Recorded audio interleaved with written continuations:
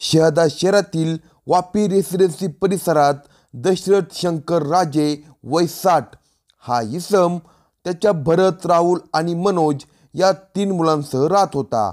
घरची परिस्थिती जेमतेम असल्याने दशरथ हा काबाड कष्ट करून आपल्या कुटुंबाचे पालनपोषण करत होता.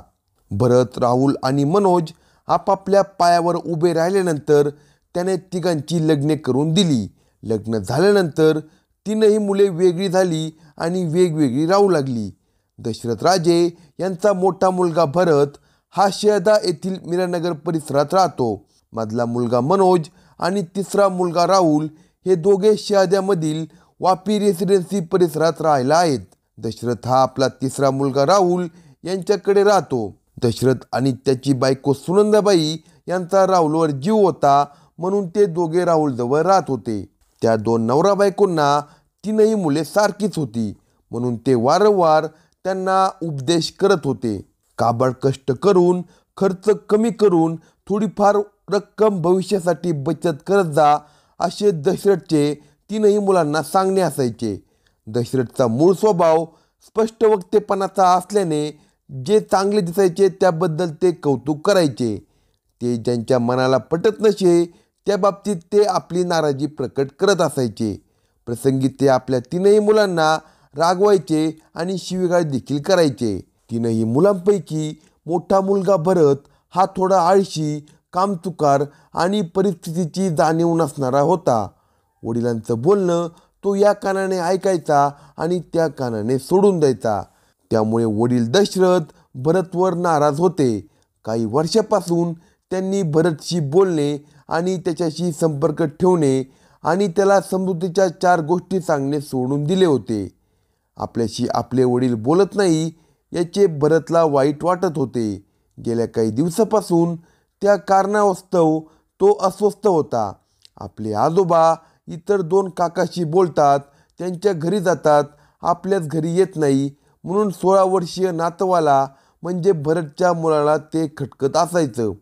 वडिलांनी आपल्या घरी यावं असं भरतलाही वाटत होतं.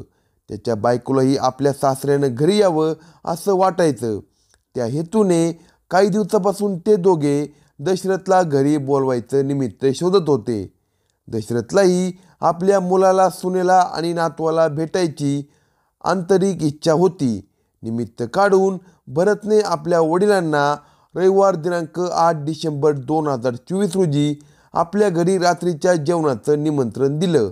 निमंत्रण देण्यासाठी त्याने आपल्या मुलाला पाठवले होते. भरतचा मुलगा निमंत्रण द्यायला गेला. दशरथनेही निमंत्रणाचा स्वीकार केला.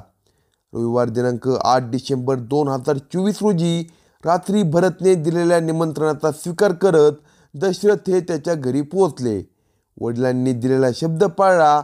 आपल्या निमंत्रणाचा स्वीकार केल्यानुसार ते आपल्या घरी आले याचा भरतला आणि त्याच्या कुटुंबाला आनंद झाला होता. बऱ्याच दिवसानंतर दशरथ हा भरतच्या घरी आला होता. त्यामुळे जेवण आटोपल्यानंतर नेहमीच्या सवयीप्रमाणे दशरथने आपल्या मुलाची विचारपूस सुरू केली. दोघांच्या चर्चेअंती भरतच्या काही गोष्टी त्याला खटकल्या. त्याचा मूळ स्वभाव जागृत झाला. दशरथने भरतची कान उघडणी केली. ते म्हणाले, मला वाटलं होतं तू आता सुधारला असशील, पण अजूनही तुझ्यात फरक पडला नाही. भविष्यातही तू सुधारशील असं मला वाटत नाही. दशरथचं हे बोलणं भरतला नवीन नव्हतं. त्यामुळे त्याने या कानाने ऐकलं आणि त्या कानाने सोडून दिलं. आपले सासरे आपल्या नवऱ्याच्या भल्यासाठीच बोलले असं म्हणून भरतच्या बायकोनेही दशरथचं रागावणं मनावर घेतलं नाही. पण भरतच्या मुलाला मात्र ही गोष्ट खटकली. आपल्या घरी जेवण करून आपल्या वडिलांना आपले आजोबा बोलतात, त्यांचा अपमान करतात असे त्याला वाटले. 8-8:30च्या दरम्यान दशरथने आपल्या मुलाचा व सुनेचा निरोप घेतला आणि आपल्या स्कूटीवर बसून ते तापी रेसिडेन्सी परिसरात आपल्या घरी जायला निघाले. आपल्या स्कूटीवरून ते शिरूर रोड मार्गे दशरथ सोना इंडियन गॅसच्या बोर्डाजवळ आला असता या परिसरात अंधारात दबा धरून बसलेला दशरथचा नातू म्हणजे भरतचा 16 वर्षीय मुलगा रस्त्यावर आला. त्याने आपल्या आजोबांची स्कूटी अडवली. त्याच्यासोबत त्याचा मित्रही आला होता. नातवाने आणि त्याच्या मित्राने स्कूटी अडवल्याने दशरथने स्कूटी थांबवून तू मला का अडवलंस असे विचारताच नातवाने खिशातील धारदार चाकू बाहेर काढला आणि त्या चाकूने दशरथच्या गळ्यावर डाव्या बाजूने सपासप वार केले. अचानक झालेल्या या प्राणघातक हल्ल्याने दशरथ घायाळ झाला आणि रक्ताच्या थारोळ्यात तो जमिनीवर कोसळला. दशरथ जमिनीवर पडताच हल्लेखोर नातवाने दशरथची स्कूटी घेऊन घटनास्थळावरून पोबारा केला. इकडे दशरथच्या घरी त्याचा मुलगा राहुल, आपले वडील अजून का घरी आले नाही, त्यांचे आणि आपल्या मोठ्या भावाचे भांडण तर झाले नाही ना अशी शंका आल्याने राहुल शिरूर रोडवरून दशरथचा शोध घेत भरतच्या घरी जायला निघाला. शिरूर रोडवरील सोना इंडियन गॅसच्या फलकाजवळ राहुल येताच त्याला त्याचे वडील हे रक्तबंबाळ अवस्थेत ओरडताना पडलेले दिसले. राहुलने मदतीसाठी त्या रस्त्यावरून ये जा करणाऱ्या लोकांना जखमी वडिलांना दवाखान्यात घेऊन जाण्यासाठी मदत मागितली, पण झंझट नको म्हणून कुणीही त्याला मदत केली नाही. शेवटी राहुलने आपल्या मित्रांना फोन करून घटनास्थळी येण्याची विनंती केली. राहुलचा फोन येताच त्याचे मित्र राकेश मराठे, रामेश्वर सोनार आणि महेश पाटील हे घटनास्थळी आले. मित्रांच्या मदतीने राहुलने आपल्या वडिलांना रुग्णालयात घेऊन जाण्याच्या तयारीत असतानाच शहादा पोलीस स्टेशनचे पोलीस अधिकारी राजन मोरे आणि त्यांचे सहकारी शिरूर रस्त्याने जात असताना त्यांच्या निदर्शनास ही बाब येताच त्यांनी पोलीस स्टेशनला या घटनेची माहिती दिली.